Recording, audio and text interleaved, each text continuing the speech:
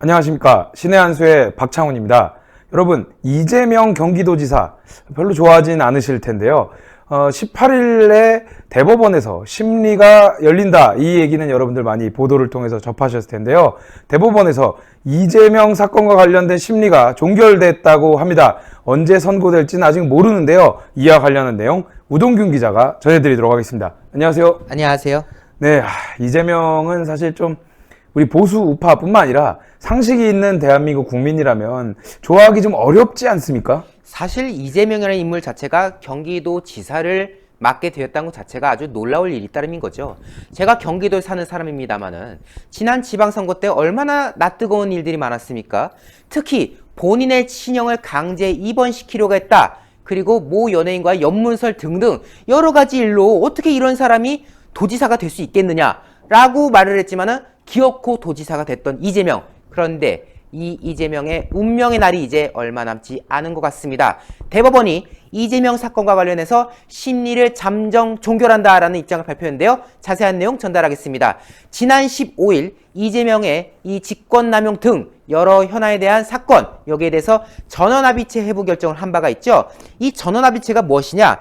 대법원장과 대법관 13명으로 구성해가지고 주로 정치, 사회 분야에서 논란이 있고 파급력이 큰 사건, 여기에 대해서 이제 주로 담당하는 건데요. 즉, 다시 말해서, 원래 이제 대법원에서 선고를 하면은 몇 명 이런 식으로 1부, 2부 이런 식으로 할당을 해서 선고를 하는데 이것이 아니라 모든 대법관, 그리고 대법원장이 다 함께 해가지고 합의를 해서 결정을 내리는 그런 사건으로 이제 판결이 나는 상황인 거죠. 이 선고 결과는 워낙에 사회적 이슈가 큰 내용이기 때문에 영향이 매우 클 수밖에 없는 그런 상황인 건데요. 대법원 측에서는 이렇게 말했어요. 비록 잠정적이라는 표현이 들어가긴 했지만은 선고기일 지정을 예고했다는 점에서 사건에 대한 주요 심리는 사실상 마무리된 것이다 라는 해석이 이어지고 있습니다. 대법원 측은 이렇게 말합니다. 선고기일은 추후 확정하며 필요하면 심리가 재개될 수 있다 라고 말하지만은 선고기일을 언급했다는 것 자체가 사실상 모든 사안에 대한 이제 종결을 뜻한다고 지금 계속 얘기가 되고 있고요.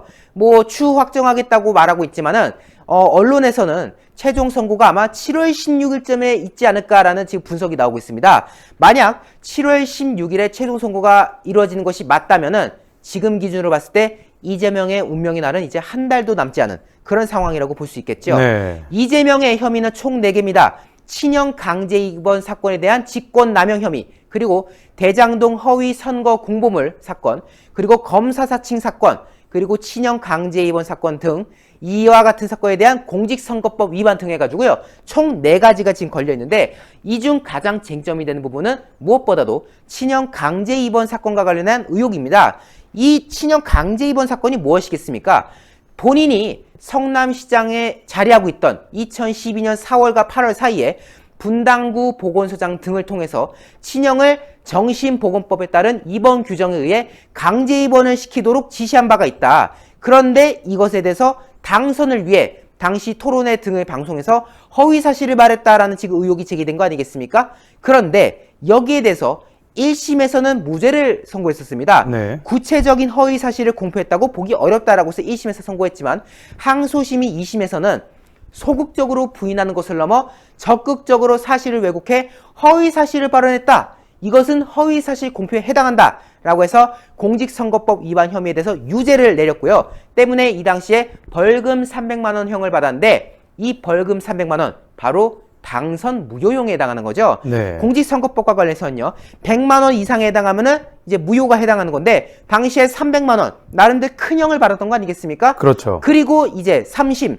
대법원 판결을 앞둔 상황인 건데 과연 이 대법원에서 무죄로 뒤집을 수 있을지 여기에 대해서 여러 가지 말이 나오고 있지만은 대체적으로 2심에서의 지금 상황이 너무나도 지금 세게 나왔기 때문에 과연 3심에서 무죄를 만들어낼 수 있겠느냐 여기에 대해서는 지금 의혹이 제기될 수밖에 없는 그런 상황인 거죠. 그러니까 일반적으로 이제 대법원의 이제 상고심이라는 것은 법리, 그러니까 양형부당이라든지 아니면 법리 오해 이것만 결정하는 거고 뭔가 새로운 선고를 내리지 않는단 말이에요. 2심을 확정하든지 아니면 파기환송을 하든지. 근데 양형부당은 300만 원은 해당이 안 되니까 법리 오해로 다툴 것 같은데 그럴 경우에 뭐 파기환송이 된다. 이런 건 사실 좀 어렵다라고 하는 것이 그 법률계의 그 지적 아니겠습니까? 그렇습니다. 때문에 지금 많은 말들이 나오는 것이 사실상 이번 3심에서 큰 이변, 우리가 생각할 수 없는 그런 이변이 나오지 않는다면은 이재명이라는 사람의 도지사직은 날아가는 게 시간 문제 아니냐? 사실상 유죄라고 봐야 되는 거 아니냐라는 이야기들이 나오는데요. 자, 만약 여러분들께서 생각하신 대로 이재명의 그 항소심 형이 확정될 경우에 어떤 일이 벌어진지 세 가지가 있습니다. 첫 번째, 당연히 도지사직은 상실됩니다. 앞서 말씀드렸지만 당선 무효형에 해당하기 때문에 이 형이 확정될 경우에 당연히 이제 경기도지사로서의 자질을 상실하게 되는 거죠. 네. 두 번째, 5년간 피선거권 제한인데요. 이게 이재명 입장에서 타격이 커요. 왜냐면은 그렇죠. 이재명은 이번에 뒤집어가지고 본인을 대권주자로서의 이제 가치로 끌어올리려는 과정을 보이고 있거든요. 실제로 언론 보도에 따르면은 이미 경기도권의 민주당 의원들을 만나면서 계속 자기 어필을 하고 있다고 해요. 네. 뭐 심지어 뭐 지금 당장 내 사진은 못 쓰겠지만은 내 사진 지금 당장 뭐 찍어둬서 나중에 뭐 써먹어라 뭐 이런 식의 지금 말까지 하고 있다는 거 아닙니까? 하지만 형이 확정되면은 5년 동안 선거에 나갈 수가 없기 때문에 당연히 대통령을 쓸 꿈도 물거품이 될 수밖에 없는 그런 상황이다. 그리고 무엇보다도 세 번째가 재미인데요. 형이 확정될 경우에는요. 도지사 선거하는 과정에서 들어갔던 비용, 거기에 대해서 받았던 보전금 38억 원을 반환해야 된다고 합니다. 즉 이재명이 졸지에 38억을 토해내야 되는 상황이 된다. 그래서 저희가 지난날 보도에서 이재명 형 확정되면 알거지 될 것이다 라고 말했던 거 아니겠습니까? 어쨌든 도지사가 날아가고 5년간 선거 못 나가고 그리고 38억을 토해내야 되는 이 결과가 확정될 경우에 이재명 당연히 대권 도전은커녕 정계 은퇴 수순을 밟을 수밖에 없다라는 이야기들이 나올 수밖에 없는데요. 본인의 미래를 직감했을까요? 이재명 지사가 경기도 간부회의에서 어제 이런 말을 했다고 합니다. 대법원에서 죽일까 살릴까 결정하는 심리한다는데 상태가 이미 목이 떨어져 있는지도 모른다라고 지금 말하고 있다는 거예요. 네. 뭐 이게 엄살을 피는 건지 아니면은 일부러 정치적인 의도로 한 말인 건지 자세한 건 모르겠지만은 정말 본인 말대로 이미 목이 떨어져 나간 상태라면은 이제 경기도지사로서 이재명의 운명은 끝이다. 이제 이재명의 정치 인생은 얼마 남지 않은 거 아니냐라는 이야기들을 저희가 거듭 제기할 수가 있겠습니다. 아, 그렇군요. 오늘 말씀 감사합니다.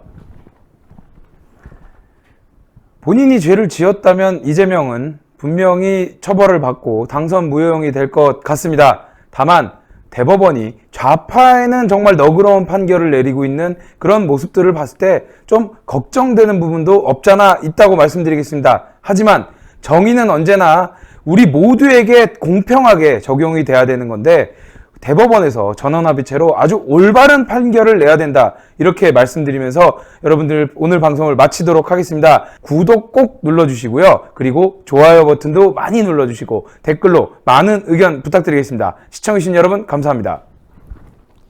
감사합니다. 네.